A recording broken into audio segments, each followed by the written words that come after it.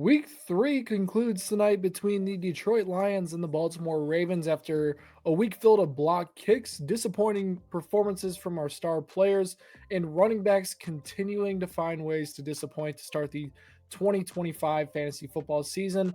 Whether or not you're 3 0, 2 1, 1 2, 0 3, whatever it is, waiver wire is the best way to improve your team to give yourself the best chance to make the playoffs. And with the amount of injuries at the running back position this week, it is a top heavy class that you need to know that could completely change the course of your season. So let's get right into this video here on Blitz Fantasy Football.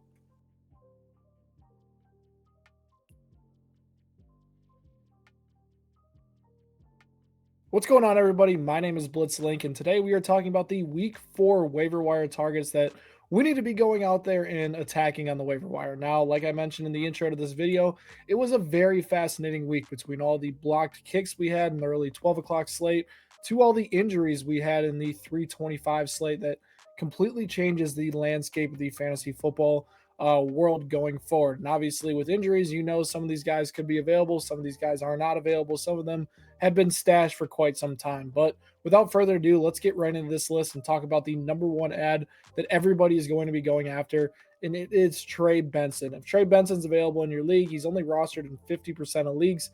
He's been a guy on the waiver wire watch for 3 weeks now in our videos here. So the situation materializes where Benson now has an opportunity to slot in as a weekly starter every week for the Arizona Cardinals. James Conner went down with an ankle injury. He's going to miss the entire season. Even when Conner was playing, Trey Benson was starting to eat into some of that workload. He had 3 straight games over 8 points in fantasy football, and he played over 40% of snaps in week 2 alongside a healthy James Conner. Now, Trey Benson outsnapped Amari DeMarcado after Conner's injury 13-2, which is a great sign that he is going to have a significant, like 75% plus snap share going forward for the Arizona Cardinals post James Conner world. Now, out of college, he was very, very intriguing, and this is why he's been a sleeper in the fantasy community for quite some time. He's the 47th best RAS score at the NFL Combine, which just kind of talks about his athleticism and where he could project. He ran a 4.39, and I do think this is the perfect opportunity that he's stepping into a competitive roster where the Cardinals are going to be competing in a lot of games. They're going to be able to run the ball. James Conner has had good production in this offense now for a few seasons. I think Trey Benson is a great play in everybody's lineups going forward. He's a guy that I prefer over Chase Brown in lineups right now. He's a guy I prefer over Alvin Kamara at times in lineups. Like he's a guy that we can slot in and feel comfortable about. He's a guy that if he is available though, $50 or more is what he's probably going to be going for. So if you have a significant need and he's available on waivers, go out and bid your fab. This is a rare case where a top running back is available. Go get him, and he's locked into your team for the rest of the year. Next guy is Woody Marks. Woody Marks is probably going to fly under the radar this week in terms of waivers, but he's probably just as important as Trey Benson in terms of a grand scope of things. Nick Chubb, we know his injury history. We know the struggles of the Texans offense to start the year. Woody Marks is a rookie from USC who has slowly started to increase his playing time as the season's gone on. He had his highest snap share in week 3. He averaged more yards per touch than Nick Chubb, and he had more receiving work than Nick Chubb. Now, what's interesting is that this week the Texans phased out veteran Dare Ogunbowale, which suggests that Woody Marks has completely taken over the passing down work for the Houston Texans, and that's a great sign going forward. Texans team is not necessarily in their prime, I guess you could call it, so they're going to be throwing the ball. There's going to be a lot of negative game scripts in terms of dump downs, which is a great opportunity for Woody Marks to have a really good viability in PPR as a running back 3 flex option if needed in lineups. But it's more of a long-term play with Woody Marks. He's a rookie. He has a lot of upside. He's starting to eat into Nick Chubb's snaps. Give this a few weeks. Let's see what happens. And if Nick Chubb continues to struggle, I would not be surprised if Woody Marks eventually takes over this backfield in Houston. So a guy you got to have off the waiver wire this week. Alec Aomanor is our next guy for the Tennessee Titans. He's made this list now 3 straight weeks. Listen, he's exactly what we thought he was going to be. Slotted into that wide receiver 2 role seamlessly for the Tennessee Titans, and he's played really well. He's scored touchdowns in back-to-back games, and he's hauled in 10 of Cam Ward's 18 targets so far to start the season. So it's very, very good start for Elike Manor. And with Calvin Ridley's struggles, I'm starting to feel like the wide receiver one status in Tennessee might be open right now. I think there's an opportunity that Ellie can go out and take those snaps from Ridley and get more of those first read shares in this offense, which is a great sign going forward. We know that Tennessee is going to be trailing, and I think Cam Ward will get better as the season goes on. I think this is a duo that we could be watching and thinking in week 12 to week 17, like, man, why did we pick Alec Manor up earlier? Because I feel like he's going to be at least a flex play going forward, if not have a wide receiver two ceiling by the end of the year. So a guy that you need to have on the waiver wire. The next guy is Troy Franklin from the Denver Broncos. Quiet week. Now, he was like a massive waiver wire pickup last week, still rostered in only 44% of leagues, so he makes the list again. And people are going to drop him this week, and I don't think that's the right choice. He actually, snap share and target involvement were very, very similar to what we saw from him in the past. It was just Cortland Sutton had a monster week this week, and, it just wasn't a good week against a tough matchup in the Chargers. So with Troy Franklin, people are going to freak out. They're going to be like, oh, he's not that good. Pump the brakes. He played exact amount of snaps we want to see in terms of percentages, routes run, all that type of stuff. And he will be better going forward. Through the first 2 weeks, he had a 21.4% target share and 2.61 yards per route run. Like, those are elite numbers that suggest he has a massive role in this Denver Broncos offense. Sure, Bo Nix has struggled to start the season, but he places the Bengals and the Eagles coming up. Both teams have allowed wide receivers to have nice days against them here in the past couple of weeks. So I think Troy Franklin's a guy you got to keep on your roster if you have him, or if he's still on waivers, you got to target him because he's one of the best players available right now on the waiver wire. Next one, we're going to go with a pair of Las Vegas Raiders, and we're going to start with Geno Smith. Quarterback market is thin right now. A lot of people went Trevor Lawrence, Michael Penix this past week. That did not pan out too well for many people. And Geno Smith, despite the struggles in week 2, had a really strong week 3, despite a rough performance overall from the Raiders. He had an average depth of target of 9.8 yards so far to start the year, which is absolutely elite. And then this game, he finished with 289 yards and 3 touchdowns against the Commanders. So really good numbers. Those are viable streamer numbers for us in fantasy football. And then this week, it's even better. He faces the Bears, and I know Dak Prescott did not cash in on that matchup, but they're still without Jalen Johnson. They're still without Kyler Gordon. They still have injuries on that defensive side of the ball that make it a plus matchup for opposing quarterbacks. So Geno Smith, good streamer this week if you are looking for a quarterback. Trey Tucker is our next guy for the Las Vegas Raiders.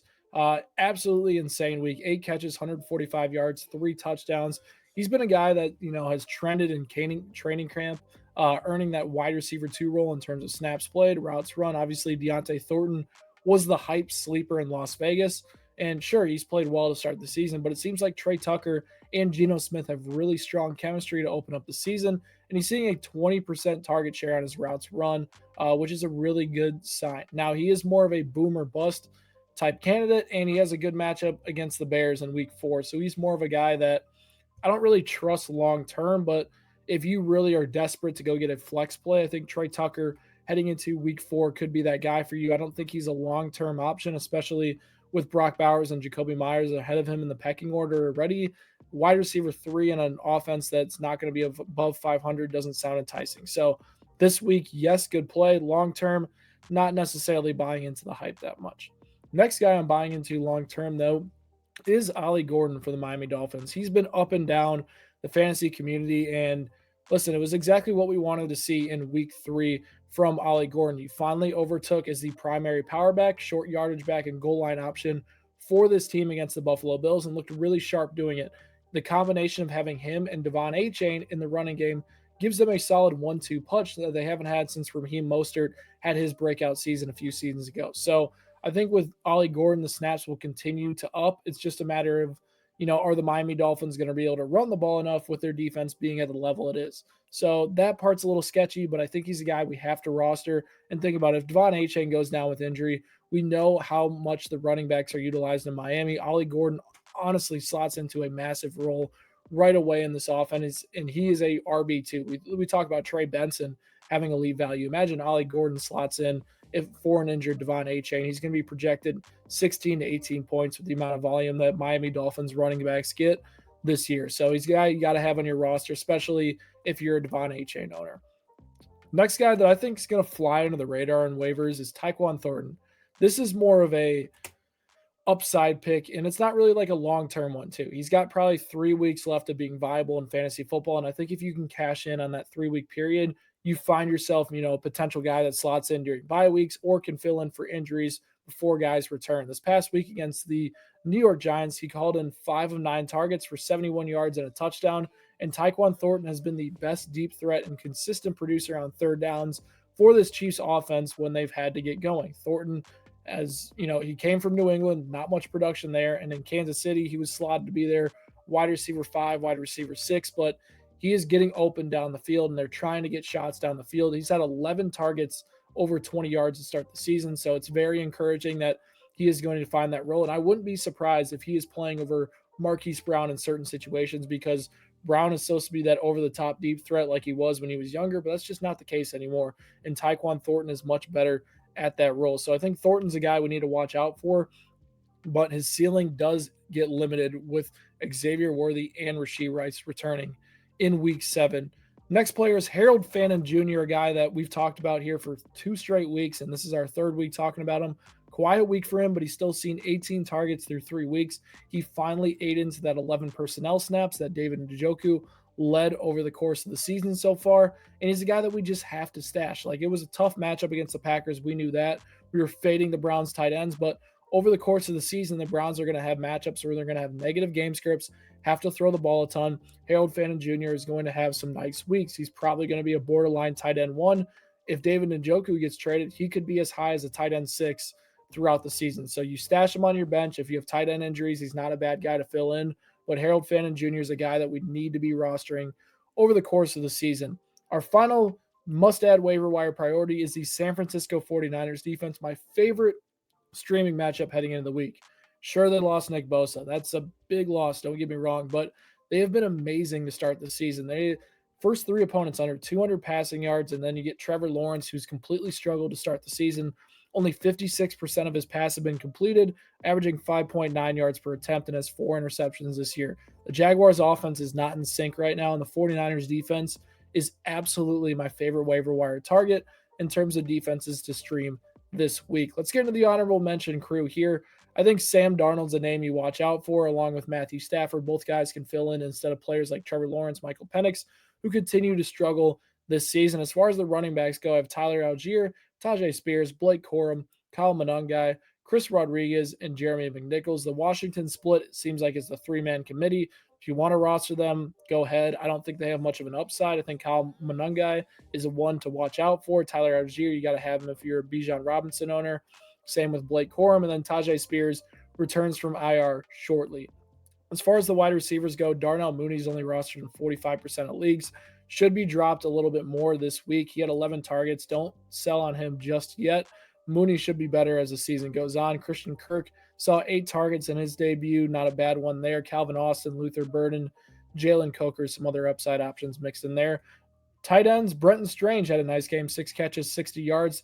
Will be a nice pickup this week. And then Cole Kmet could see a significant increase in his workload with Colston Loveland suffering an injury over the past week. As far as defenses to consider as well, the Chargers and Patriots are intriguing options heading into week 4. And then droppable players, James Conner, obviously, Najee Harris, obviously.